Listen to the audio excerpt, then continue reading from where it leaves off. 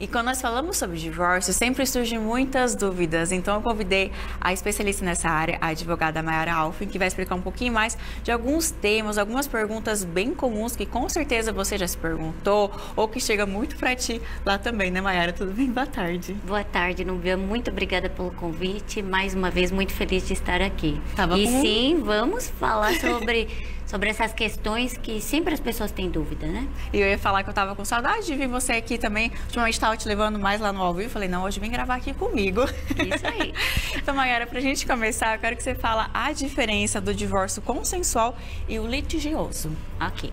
O divórcio consensual, pessoal, é quando as partes estão em comum acordo sobre a questão da guarda dos filhos, sobre a questão dos bens. Estamos de acordo quanto a isso, o divórcio é consensual. Quando ele é litigioso, é que existe alguma briga ali entre o casal. Não estão se entendendo na questão dos filhos, não estão se entendendo na questão da partilha dos bens móveis e imóveis. Aí, por isso, ele se torna litigioso. Também já ressaltando que o consensual eu posso fazer em cartório ou judicial. Já o litigioso, como há essas desavenças, precisa ser judicial. E Mayara, como que está sendo assim essa função, essas questões lá para ti? Está sendo mais consensual ou ainda está sendo muito assim de intriga? Como é que está sendo assim a demanda? Olha, eu diria que estamos equilibrados, né?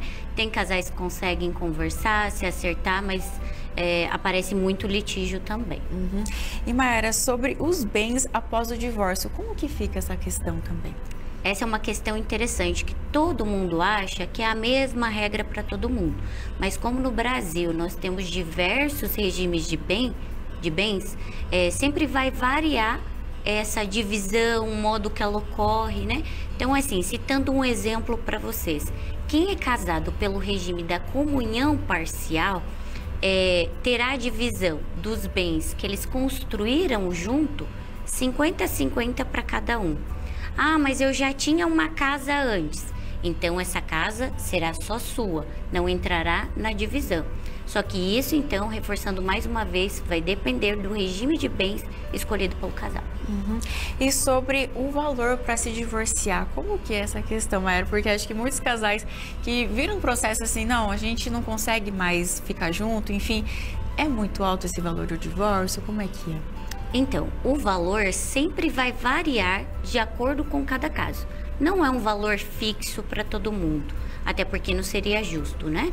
Nós temos um valor mínimo estabelecido pela tabela da OAB e a partir disso nós vamos trabalhando com esses valores. Então, por exemplo, um casal que não tem bens vai ser um valor mais em conta.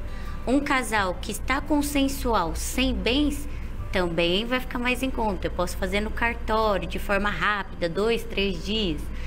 Vai ter que ser judicial, litigioso, com vários bens, vai custar mais caro, porque as custas são mais caras, o imposto é mais caro e vai demorar mais tempo. Então, os honorários do advogado também vai mudar. Porque se um divórcio eu posso resolver em uma semana, por exemplo, e outro demora 2, 3 anos, eu também vou ter que calcular todos esses custos. Então, não tem muito relação com quanto tempo que o casal ficou junto. Não coloca isso em relação ao valor. Ao valor, isso não muda. O que vai mudar é a questão patrimonial e também se é consensual ou litigiosa.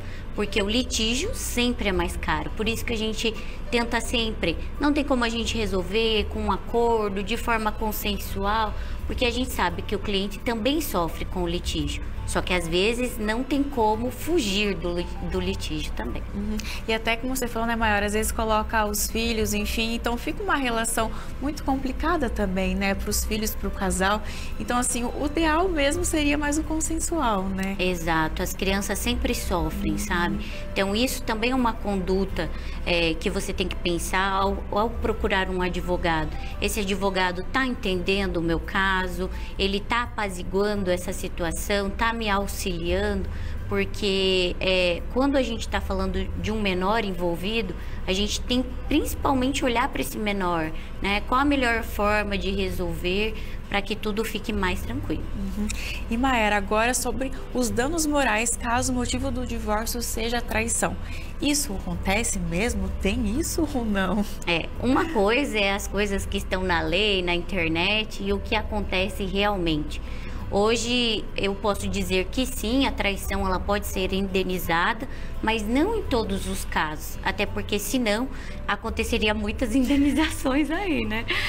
Agora sim, uma pessoa que passou por uma traição, sofreu emocionalmente, psicologicamente, teve que procurar apoio, gastou com remédios, com profissionais, sim, ela pode procurar uma indenização, mas tudo isso vai depender de provas, né? Então não é pura e simplesmente pedir uma indenização que aí ela não vai acontecer. E Maera, sobre divorciar-se no Brasil estando fora do país, como que funciona essa questão? Então perceba essa pergunta. As pessoas se casaram no Brasil e hoje uma está fora do Brasil, ou as duas estão fora. Depois da pandemia e com os avanços da tecnologia, hoje quase tudo é digital. Então isso facilitou muito a vida dessas pessoas, porque mesmo estando no exterior, elas podem fazer esse divórcio hoje de maneira digital. E aí, por exemplo, quando elas vêm para o Brasil, elas podem deixar uma procuração assinada com esse advogado, ou elas podem fazer uma procuração pública de maneira online e o advogado representá-las num processo judicial. Ou então, eu já tive uma outra situação em que um cliente estava nos Estados Unidos, outro estava no Brasil, eu estava na praia, e nós realizamos o divórcio de maneira digital e por cartório. Então, porque a assinatura fica toda eletrônica, é possível e é facilitado. Então, sim, é possível realizar de maneira digital. E que legal isso, né, Maera? Essas tecnologias que vêm para auxiliar e para, digamos, ficar mais fácil também, né? A questão da distância, enfim, para ambos os lados também, né? E antigamente isso era muito complicado, porque às vezes a pessoa não conseguia vir para cá, tinha que mandar por correio uma procuração de lá para o Brasil, traduzir. Hoje em dia, tudo isso foi facilitado, porque hoje existe esse e-notariado feito pelos cartórios, onde faz uma chamada de vídeo, faz uma assinatura digital, tem toda uma fé pública por trás e facilita. E muita gente não sabe disso. Porque às vezes é algo muito novo, como você falou, da pandemia, cresceu ainda mais, então as pessoas ficam ainda um pouquinho com dúvida aí, será que realmente é possível ou não, né? E é por isso que é importante procurar um especialista, para saber dessas novidades que estão acontecendo. E Maiara, sobre pagar pensão assim que o meu filho completar 18 anos, essa pessoa ela pode parar depois do divórcio? Como é que é essa questão também? Então, parar de pagar a partir dos 18. Muitos acham que, fez 18, eu não preciso mais pagar. Estão equivocados, tá, pessoal? Então, se alguém está passando por essa situação, o filho fez 18, o pai já parou de pagar pensão, ou a mãe parou de pagar pensão, não pode. Existe um processo chamado exoneração de alimentos, onde a pessoa tem que entrar e informar: olha, esse adolescente, ele não estuda mais, ele não precisa, ele está trabalhando, ele casou, e aí sim a juíza vai dar uma decisão, o juiz, informando que não precisa mais pagar essa pensão. Agora, fora isso, se você parou de pagar, esse adolescente necessita e tal, ele pode até executar esse genitor que está devendo essa pensão. E Maiara, sobre alterar o valor da pensão alimentícia fixada pelo juiz, como que é essa questão? Porque também é uma coisa que entra muito em questão do direito, né? Exato. Às vezes acabou de fazer a questão da pensão, aí passa 2, 3 anos, esse valor está defasado, e o que fazer? Existe uma ação chamada revisional de alimentos, onde eu posso rever esses valores que foram acordados judicialmente. Então, assim, às vezes a capacidade de quem paga mudou. Teve mais um filho, ou está desempregado, saiu daquele emprego que ganhava mais, passou a ganhar menos, você pode entrar com essa revisional para diminuir a pensão. Da mesma forma, a criança passou a ter mais necessidades, às vezes está tendo uma doença, vai ter que fazer alguns cursos, começou a estudar, o valor e as despesas da criança aumentaram. Então, pode pedir uma majoração desses alimentos por meio dessa ação chamada revisional de alimentos. E essa ação geralmente demora, Maiara, ou depende muito de cada caso?